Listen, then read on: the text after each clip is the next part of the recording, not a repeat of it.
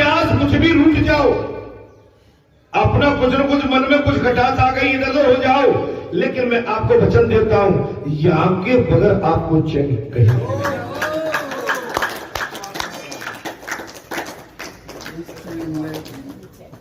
चैन मिलेगा। भगवान से जब हमारा साक्षात्कार हो जाता है, गोपिकाओं ने यही तो कहा था, धर्म तो एक साधन है। धर्म क्या है? धर्म तो एक साधन है भगवान को पाने के लिए। साध्य तो आप स्वयं है। साध्य कौन है? भगवान स्वयं है। हमने आज तक स्वधर्म का पालन किया, तभी तो आपका हमें दर्शन होगा। स्वधर्म माने पवित्र धर्म। मैंने एक ही चीज कही थी, आप अगर कथा में बैठे हैं तो संसार के कवच को दाएं बाएं कर दो। संसार के कवच को तो वैसे कथा की बात नहीं कहता हूं, अगर आप वास्तव में सनातनी है और ईश्वर से प्रेम करने वाले हैं, राम भक्त हैं, तो आपको संसार में रहते हुए भी आपको संसार के कवच को हमेशा अपने आप से दूर रखना होगा। संसार में नातेदारी रिश्तेदारी को टटोलते रहोगे तो फिर आपका भगवान से साक्षात्कार नहीं होगा।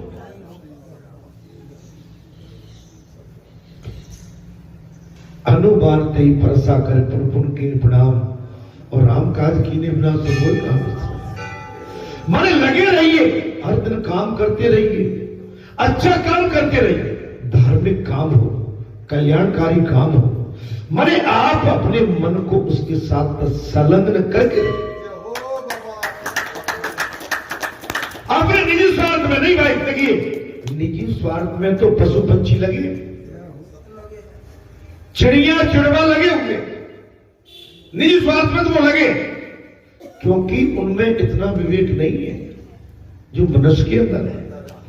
आप हम मनुष्य होकर भी विवेक से अलग हो जाए, शून्य हो जाए, तो इसमें परमात्मा का कोई दोष नहीं है। अगर पशु पंछी चिड़ी और पंछियों की बात करते हो तो गरुड़ भगवान तो सारे पंछियों के राजा है। काकभूषुंड जी और गरुड़ जी का सम्मान अभी उत्तराखंड में जो चल रहा है वो आप सुन ही रहे। तो मैं जानता हूं हमसे अच्छे तो वो है, हम अपने स्वार्थ में, हम अपने निजी स्वार्थ में, निजी स्वार्थ को अलग करना पड़ेगा। महाराज हम तो आपके चरणों की दासी है। गोपिकाओं ने साफ कह दिया, प्रभु आपके चरणों की दासी है, आपको छोड़ के हम अब कहीं नहीं जाएंगे। नाथ अब आप निष्ठुर होकर हमारा त्याग न कर। हे अनाथों के नाथ, अब इतने कठोर मत बनो, हमारा त्याग, हमें अपना लीजिए। कह दिया हमें अपना लीजिए, वो कौन पति परिवार घर द्वार उससे कोई लेना नहीं, हमें अपना लीजिए। महाराज भगवान कहते यदि मुझे ही तुम अपना सच्चा पति मानती हो तुम मेरा कहा मानो। मैंने कथा को ठीक विराम दिया था, तो चूंकि मुझे कथा को आगे ले जाना है, वो प्रसंग आ रहा है जिसकी मैंने अभी घोषणा की। जय हो गोपियों, यदि तुम मुझको अपना सच्चा पति मानती हो तो मेरा काम मानो। क्या करें? बोले जाओ घर जाकर पति संतान की सेवा करो। अगर मुझे सच्चा पति मानती हो तो एक काम करो, तुम अपने घर जाओ और जाकर अपने पति एवं परिवार संतान की सेवा करें।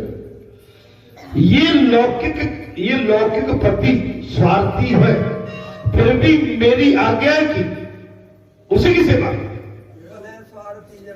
ये संसार भले ही स्वार्थी है, लौकिक हमारे स्वार्थी, लेकिन इसके बाद भी मेरी आज्ञा है कि आप जाके इस स्वार्थी लौकिक संसार जो पति पुत्र आपका कुछ भी है उसी से बने। गोपियां कहने लगे हजारों जन्म तक ये सब कुछ छोड़कर झेल कर हम थक गए, हजारों जन्म हमको प्राप्त हुए, जैसे जीवन लेना मरना करते करते हम थक चुके हैं। महाराज बाद में जब आप ईश्वर मिले हैं तो हम अब वापस क्यों लौटे? अब तो हम वापस नहीं लौटे। फिर भी आपकी आज्ञा से हम जाना भी पड़ा कि अपने लौकिक पति की सेवा करने के लिए मन तो चाहिए हमें। बहुत बड़ी बात है। चलो मान लेते हैं, हम चले भी जाएंगे, लेकिन लौकिक संसार की पतियों की सेवा करने के लिए मन तो चाहिए। अब वो मन तो आपने चुरा लिया हमारा।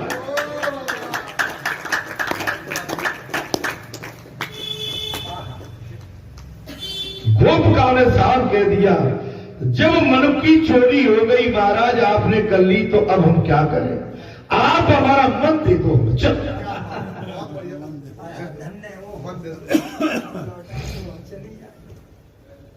पंडित जी ने मुझसे पिछले मंगलवार को कहा था महाराज, जो उतार में आनंद आना चाहिए था ना, बीच में भजन हो गया, वो नहीं आ पाया, तो शायद मैंने कथा इसलिए उठा।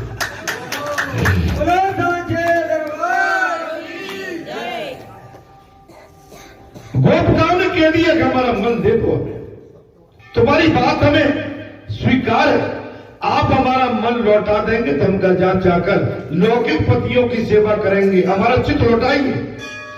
जो तो आप अपना मन ईश्वर को देता है, क्या करता है?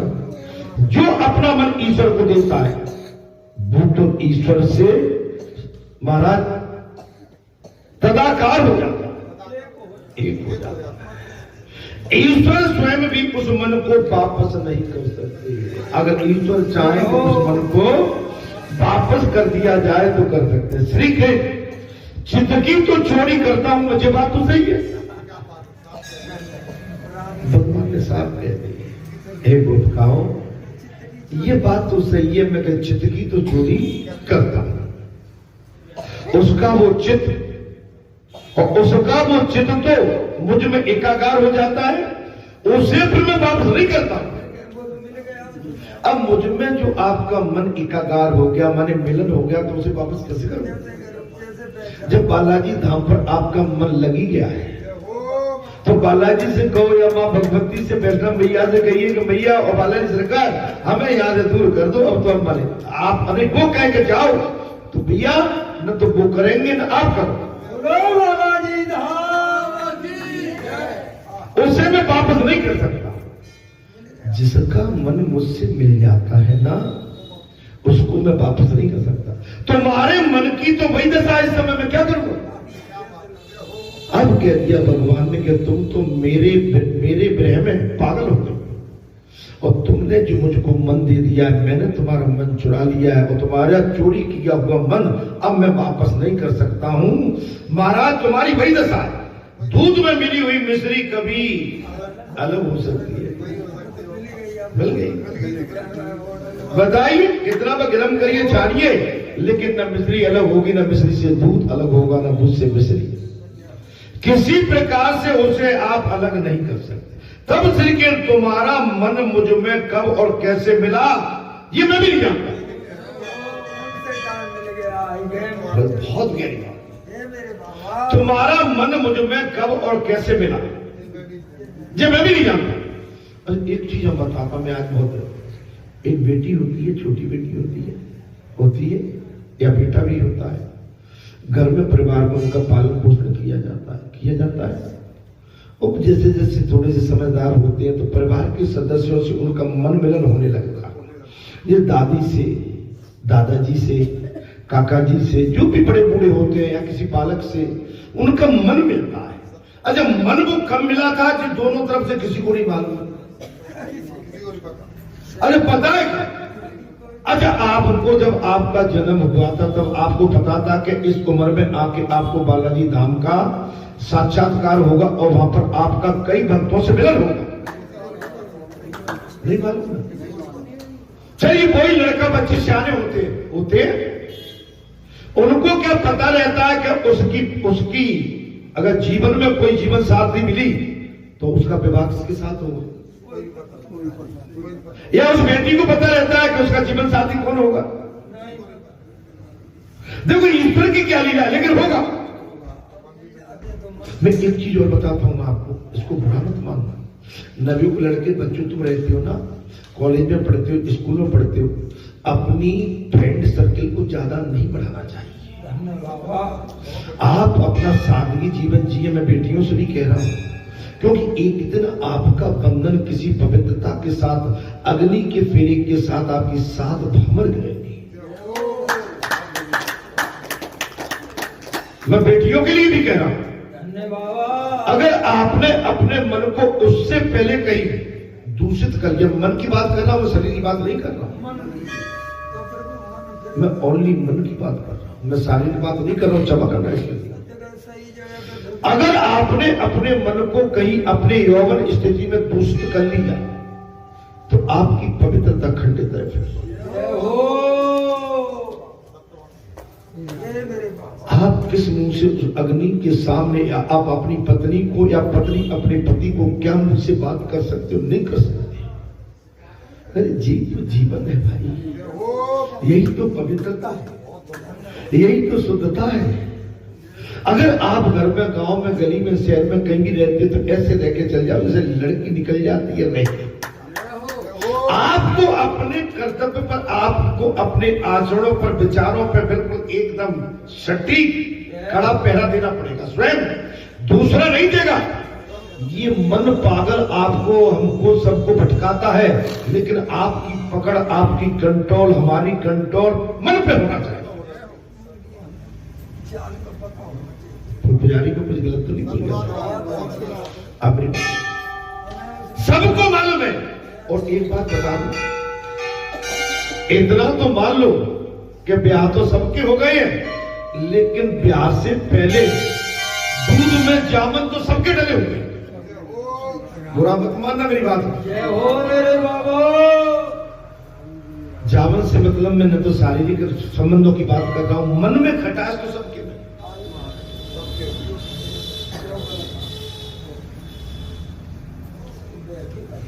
महाराज तो कथा तो वही कह रही है, आपका मन पवित्र है, आपका संकल्प पवित्र है, आप निष्ठावान है, तो भगवान आपको भी सहारा दे देता है, भटकने नहीं देता।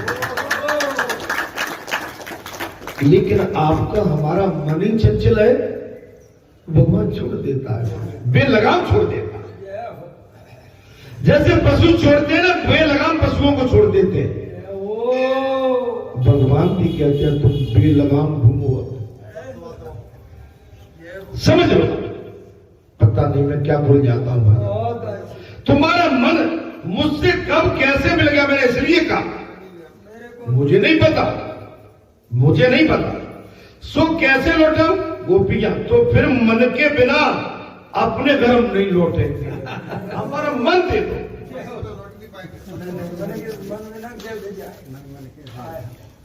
अब हमारा मन आप वापस नहीं करोगे तो हम घर नहीं जाते, हम कैसे लौट सकते? आप मन दे देंगे तो हम घर चले जाएंगे। चलो, आप हमारे मन को वापस कर दोगे तो हम चले जाएंगे। हमारे पांव आपके चरण कमलों को छोड़कर एक कदम भी पीछे हटने को तैयार नहीं। गोपियों ने साफ कह दिया, हे केशव, हे माधव, हे नाथ, हे अनाथों के नाथ, अब हमारे आप को छोड़ के एक कदम भी हम पीछे हटने को तैयार नहीं है। और हमें के मानते नहीं है कि बालाजी पे तारो 3 बार डरो रहे, हम तो जे चले। बुरा मत मानना, कोई ऐसा जहां होता नहीं है, नहीं ऐसा नहीं होता। मैं एक उदाहरण दे रहा हूं, जो भगवान को छोड़ के अपनी मर्जी से अपना जीवन जीते हैं ना, तो भगवान फिर उनको बेलगाम कर देता है। और बेलगाम को जानते हो? बेलगाम जीव कहां गिरता है जानते हो? किसी पशु को आप छोड़ देंगे, अगर लगाम नहीं होगी तो घर से जैसे ही निकलेगा अपने खोड़ से, कहीं से जहां उसकी पशु का स्थान होता है, तो वो जाके कहीं इसके घर में मुंह मारेगा, उसके घर में मुंह मारेगा, उसके खेत में जाके घास खाएगा, उसके खेत में, जबकि उसका मालिक उसे बढ़िया से बढ़िया खाद पीना और घास फूस खिला रहा है। लेकिन बेलगाम जो हो जाता है वो फिर जाके इधर उधर घर घर जाके मुंह मारता है। मैंने कुछ बुरा तो नहीं किया। बेलगाम जब हो जाता है तो भगवान कहते जा तेरा काम जाने, तू जाने, तेरा हिसाब मैं बाद में करूंगा इकट्ठा। नहीं अरेंट हो जाते हैं। मैं आपसे चाहिए कोई आपका बैल हो, भैंस हो, गाय हो, गऊ हो, आप उसको बढ़िया खलीला घास फूस, लेकिन उजाड़ू चौपा होता है वो मानेगा नहीं। जाके दूसरे के खेत में, खलिहान में, दुकान कहीं भी जाके खरोटे में वो मारेगा। ऐसे ही मनुष्य की स्थिति हो जाती है जो बेलगाम मानव हो जाता है। भगवान उस मनुष्य को बेलगाम करके छोड़ देते हैं। तेरा मन जब अपने घर परिवार में तेरा सब कुछ है, तेरा मन नहीं भावता तो जब बुरा तो नहीं लगा भाई कथा में निकला, इसलिए कह रहा बेलगाम। हमारे पाव आपके जड़ कमलों को छोड़कर एक कदम पीछे हटने को तैयार नहीं है। हे अनाथों के नाथ, हे माधव, हे केशव, वो गोपिकाएं भगवान श्री कृष्ण से कह रहे। तो हम ब्रज को कैसे लौटे? और यदि हम लौटे भी तो बगैर मन के वहां हम क्या करेंगे?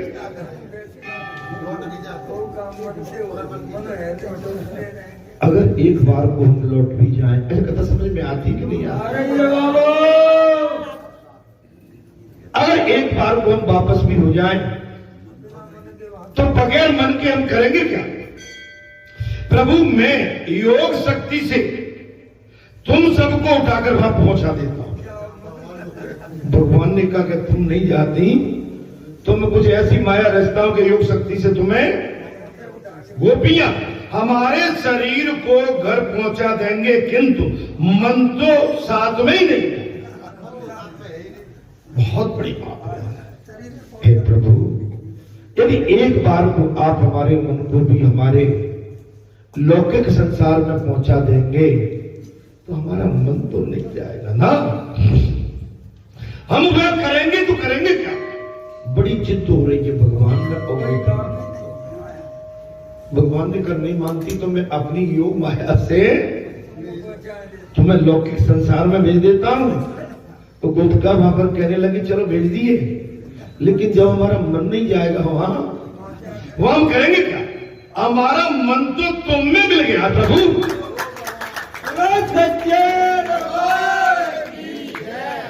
जिस कथा तुम्हें करोड़ों रुपया देंगे कहीं भी, जिस शब्द तुम्हें कहीं नहीं, हमारा मन तो ऐसी लागी लगन मीरा हो गई।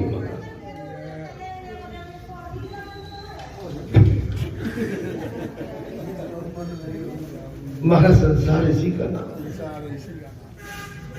महाराज भगवान के किसी भक्त ने पूछ लिया, बोल प्रभु ब्रह्मा बड़ी है कि विधाता बड़ा है?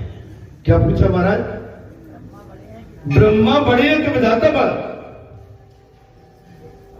भगवान ने बहुत सुंदर उत्तर दिया, बोले विधाता तो फिर मैं ही हूं मेरे भाई, लेकिन विधि के आगे मैं भी हार जाता। मैं भी कुछ नहीं कर सकता। बोले प्रभु ऐसे कैसे? बोले अब मैं समझा देता हूं ऐसे ऐसे। बोले मीरा राधा मुझसे बहुत प्रेम करता, राधा मुझसे बहुत प्रेम करती थी और मैं भी राधा से बहुत प्रेम करता। मैं राधा को अपना बनाना चाहता था, लेकिन मीरा आ गई बीच में। उधर मीरा आ गई बीच में, मीरा मुझसे प्रेम करने लगी और मैं मीरा से प्रेम करने लगा।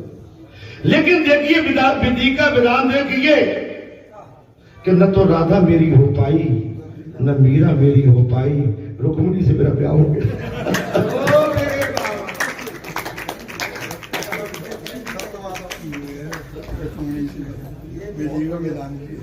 मैं जिससे प्रेम करता था न मीरा मिली मुझे और न राधा मिली, लेकिन रुक्मिणी मुझसे प्रेम करने लगी, मुझे मेरा ब्याह उसके साथ हो गया। बोले जहां मैं हार गया, बोले मैं यहां विधि का विधान बड़ा निराला है। आप हम जितने भी सब बैठे हैं विधि के विधान के अनुसार बैठे हैं। हमारा पूर्व जन्म में आपसे हमारा या सबसे बालाजी सरकार से या आपकी हमारी संत वृद्धि में कोई ना कोई संबंध रहा है।